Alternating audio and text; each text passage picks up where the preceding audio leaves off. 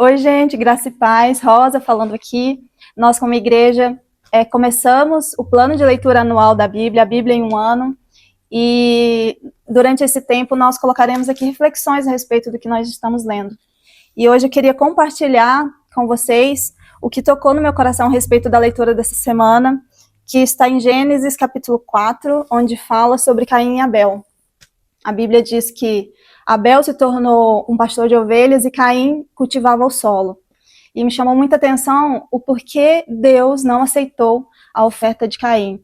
A Bíblia diz que Caim ofertou parte da sua produção a Deus e Abel ofertou o melhor da sua produção a Deus. E eu refletindo a respeito disso, porque Deus não aceitou a oferta de Caim, porque até então ele ofertou parte da sua produção, né?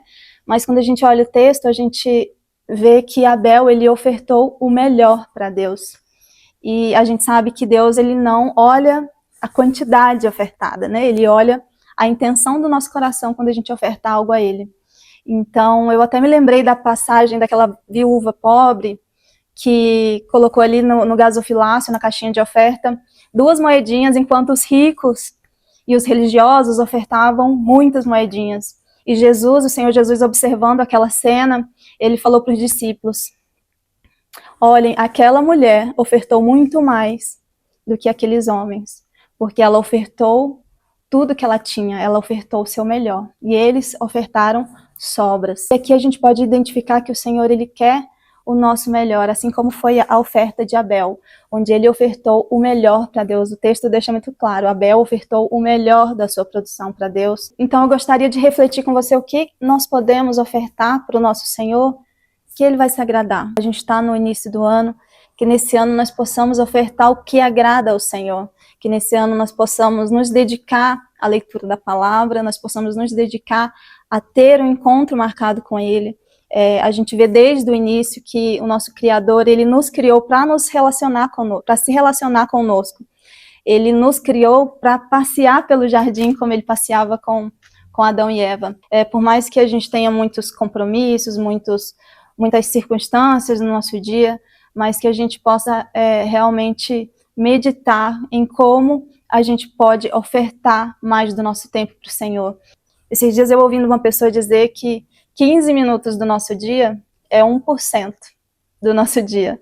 E isso me pegou porque eu falei, poxa, 15 minutos para o Senhor é só 1% do nosso dia.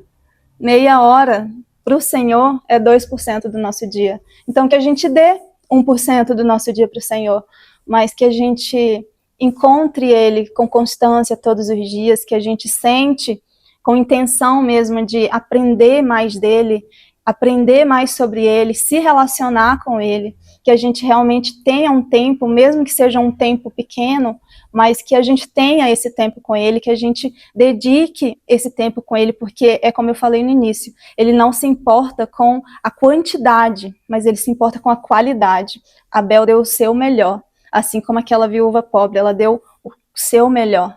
Então, que a gente possa também, esse ano, dar o nosso melhor para o nosso Senhor. Outro ponto que me chamou muita atenção é ainda no capítulo 4 de Gênesis, no versículo 25, onde fala sobre o nascimento de Sete. A Bíblia diz que Adão e Eva tiveram outro filho e se chamou Sete. E me chamou muita atenção porque Eva diz assim: Deus me concedeu outro filho no lugar de Abel, a quem Caim matou.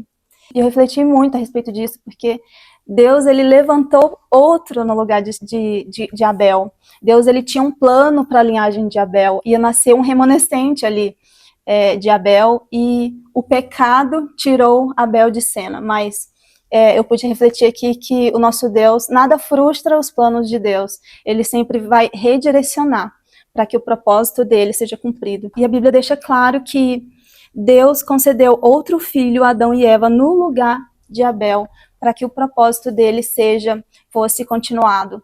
E a gente até, na sequência desse texto, diz que as pessoas, naquela época, começaram a invocar o nome do Senhor depois que Sete nasceu. Então, da linhagem de Sete, a descendência de Sete, começaram a invocar o nome do Senhor. Então, não há pecado, não há circunstâncias, não há situações que possam impedir o plano de Deus. Ele sempre vai redirecionar para que o propósito dele seja cumprido. É isso a minha reflexão de hoje. Espero que tenha edificado a sua vida, assim como esses pontos também edificaram a minha. Espero que você entre com a gente nesse propósito de leitura da Bíblia por um ano. Ler a Bíblia mudou a minha mentalidade, mudou a minha vida. Eu tenho certeza que vai mudar a sua também. Um beijo, fica com Deus.